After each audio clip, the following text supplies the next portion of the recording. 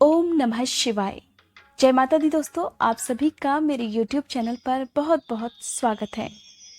दोस्तों, हिंदू धर्म में प्रदोष की तिथि बहुत ही खास होती है और प्रदोष व्रत हर माह के शुक्ल पक्ष और कृष्ण पक्ष की त्रयोदशी तिथि के दिन पड़ते हैं। एक महीने में 2 प्रदोष पड़ते हैं और इस दिन भगवान शंकर की पूजा की जाती है। सोमवार के दिन पड़ने वाला प्रदोष व्रत सोम प्रदोष कहलाता है। आज की वीडियो में मैं आपको बताऊंगी सोम प्रदोष के दिन सुनी जाने वाली व्रत कथा और पूजा विधि के बारे में। दोस्तों, सोम प्रदोष व्रत किस दिन है और इसके साथ ही कब से लेकर कब तक त्रयोदशी की तिथि रहने वाली है, प्रदोष काल का समय क्या रहेगा, इसके बारे में एक वीडियो मैंने अपने चैनल पर अपलोड की हुई है। आप चाहें तो मेरे चैनल पर जाकर इस वीडियो को देख सकते हैं।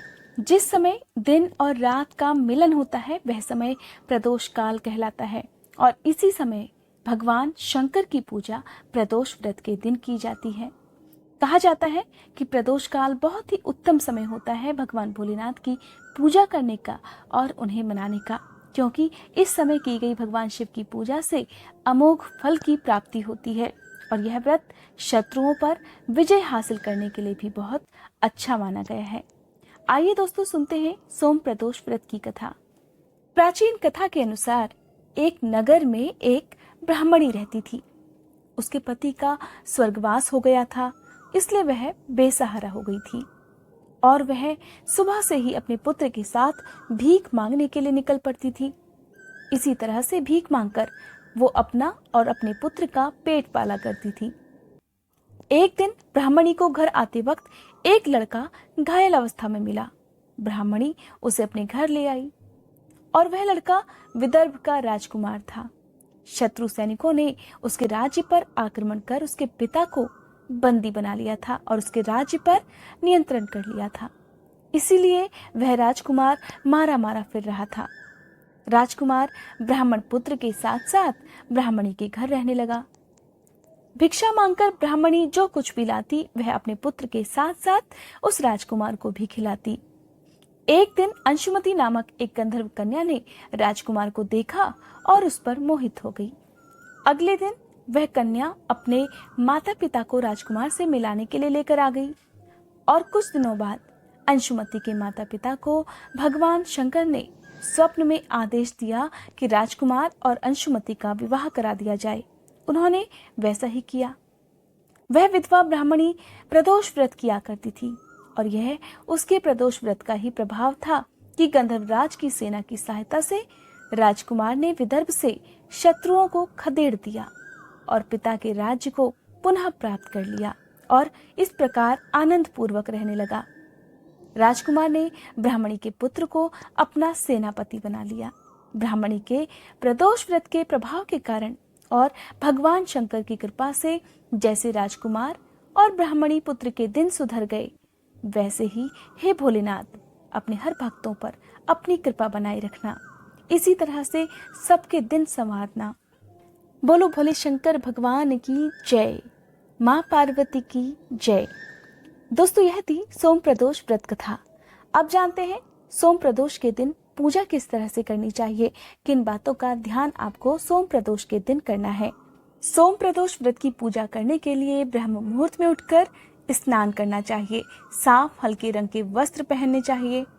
इसके साथ ही चांदी या तांबे के लोटे से या फिर किसी भी मिश्रित धातु के लोटे से आपको एक धारा के साथ शिवलिंग पर जल अर्पित करना है। आप इस जल में शहद भी मिला लीजिएगा, बहुत शुभ रहेगा। इसके बाद शुद्ध जल की धारा से अभिषेक करें और ओम सर्व सिद्धि प्रदाये नमः इस मंत्र का यथासंभव जाप करना चाहिए। अपनी जो भी समस्या है जिसके निवारण के लिए आप प्रदोष व्रत कर रहे हैं, उसके लिए आप भगवान शिव से प्रार्थना करिए।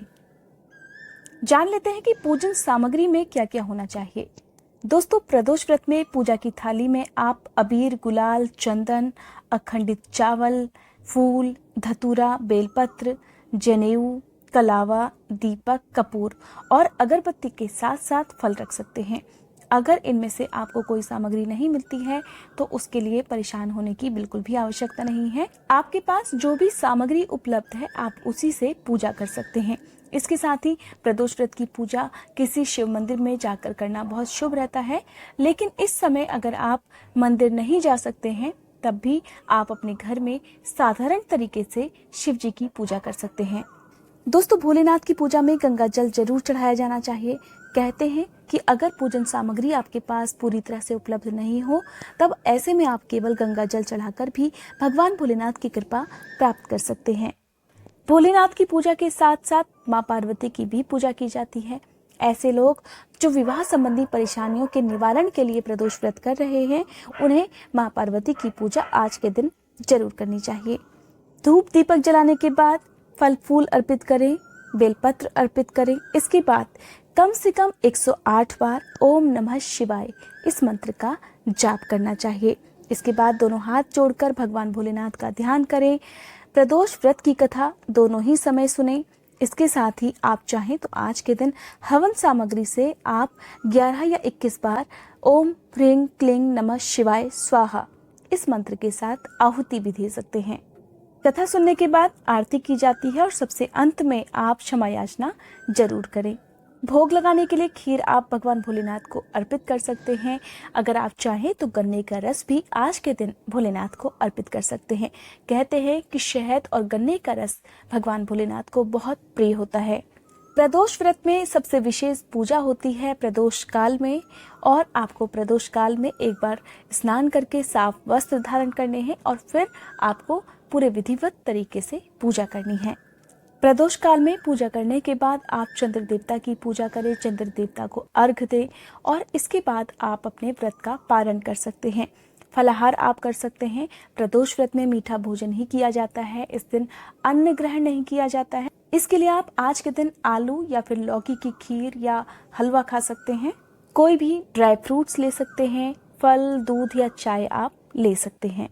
ध्यान रखना है कि प्रदोष व्रत के दिन आप किसी का बुरा ना करें, किसी के प्रति बुरा ना सोचें। अगर आपका मन पवित्र है तब आपकी की गई पूजा का, आपके किए गए उपवास का पूरा फल आपको जरूर मिलेगा। अगर आपके लिए संभव हो तो आज के दिन किसी बैल को हरा चारा जरूर खिलाएं।